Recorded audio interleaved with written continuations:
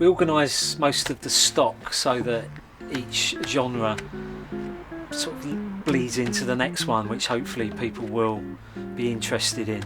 There's no point in putting jazz section and then putting a heavy metal section next to it, because that's probably not going to work. So we've got jazz fusion, vocal, leads on to blues, which in turn leads on to rock and roll, and then there's the more kind of folk, traditional Bob Dylan singer-songwriter. So you could see how someone could go along that line and kind of see logical steps.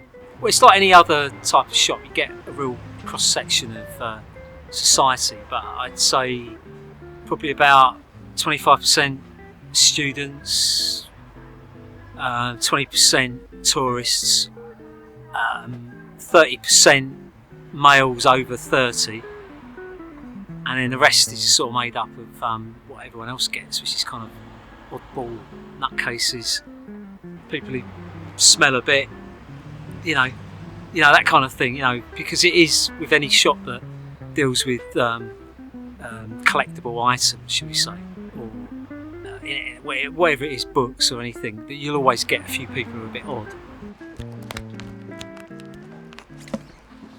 Vinyl side of it is tailor-made for people who enjoy collecting, because it's something they want to hold on to and keep.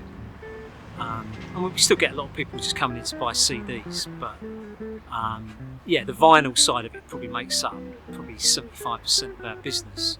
So that's definitely kind of like more collectible end. Even if it's new vinyl, people quite often will buy the vinyl, and then if there's a CD with it or an MP3 download, they kind of play that, and then keep the vinyl and just play it occasionally, and kind of, because it's a nice thing to have. I think people will always like to look at something physical, and with records, especially with the artwork and the whole thing about putting a record onto a record deck, it's a lot more of a kind of procedure that people enjoy doing. You invest a bit of time and effort into it, and you actually sit down and listen to the record. Whereas I think with music that you download and you put on your iPod, people actually pick tunes from an album now that they like, and they don't have an album, they just have odd tracks, which is a bit of an alien kind of concept to me. Because when I bought a record, even if I didn't like tracks, I still sit and listen to the whole thing, just because that was the way he did it,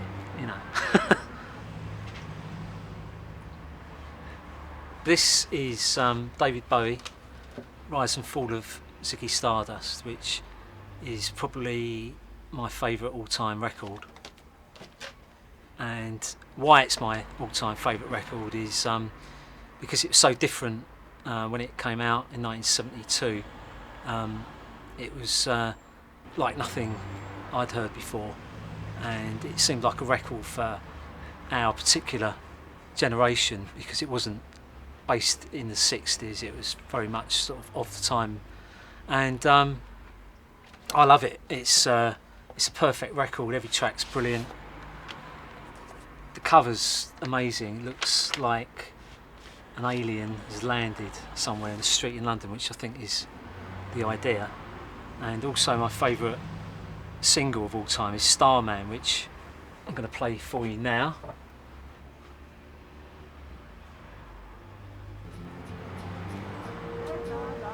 Yeah, I don't know what's going to happen in the future, but at the moment I'm sort of fairly confident that people are still going to be interested in the physical product. Didn't know what time it was, the lights were low. Oh, oh. I leaned back on my radio. Oh, oh. Some cat was laying down some rock and roll, and a soul said,